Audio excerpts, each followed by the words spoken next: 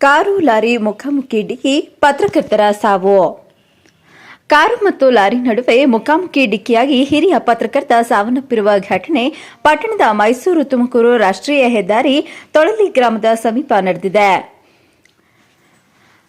ನಾಗಮಂಗಲ ತಾಲೂಕಿನ ಕಸಬಾ ಹೋಬಳಿಯ ಬ್ಯಾಡರಹಳ್ಳಿ ಗ್ರಾಮದ ನಿವೃತ್ತ ಶಿಕ್ಷಕ ಸಿ ಚಂದ್ರಪ್ಪ ಅವರ ಪುತ್ರ 49 ವರ್ಷದ ಬಿಸಿ ಮೋಹನ್ ಕುಮಾರ್ ಬೆಳ್ಳೂರಿನ ಕಡೆಯಿಂದ ನಾಗಮಂಗಲಕ್ಕೆ ಕಾರು ಚಲಾಯಿಸಿಕೊಂಡು ಬರುತ್ತಿದ್ದ ಸಂದರ್ಭದಲ್ಲಿ ಮೈಸೂರಿನಿಂದ ಬೆಳ್ಳೂರು ಕಡೆಗೆ ಹೋಗುತ್ತಿದ್ದ ಲಾರಿಗೆ ಮುಖಾಮುಖಿ ಡಿಕ್ಕಿ ಹೊಡೆದ ರಭಸಕ್ಕೆ ಕಾರಿನ ಮುಂಭಾಗ ಸಂಪೂರ್ಣವಾಗಿ ಜಖಂಗೊಂಡು ಕಾರು ಚಲಾಯಿಸುತ್ತಿದ್ದ ಬಿಸಿ ಮೋಹನ್ ಕುಮಾರ್ ಅವರಿಗೆ ತೀವ್ರತರವಾಗಿ ತಲೆಗೆ ಪೆಟ್ಟು ಬಿದ್ದಿತ್ತು. ಸ್ಥಳೀಯರು ಬಿಜಿನಗರದ ಆದಿಚುಂಚನಗಿರಿ ಆಸ್ಪತ್ರೆಗೆ ದಾಖಲಿಸಿ ಚಿಕಿತ್ಸೆ ಕೊಡಿಸಿದರೂ ಕೂಡ ಚಿಕಿತ್ಸೆ ಫಲಕಾರಿಯಾಗದೆ ಆಸ್ಪತ್ರೆಯಲ್ಲೇ ಕೊನೆಯುಸಿರೆಳೆದಿದ್ದಾರೆ.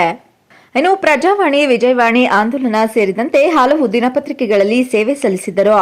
ತಾಲೂಕು ಕನ್ನಡ ಸಾಹಿತ್ಯ ಪರಿಷತ್ತಿನ ಅಧ್ಯಕ್ಷರಾಗಿ ಹಲವು ವರ್ಷಗಳ ಕಾಲ ಕನ್ನಡಪರ ಹಾಗೂ ಸಾಹಿತ್ಯ ಕ್ಷೇತ್ರಕ್ಕೆ ತಮ್ಮದೇ ಆದ ಕೊಡುಗೆಯನ್ನು ನೀಡಿದರು.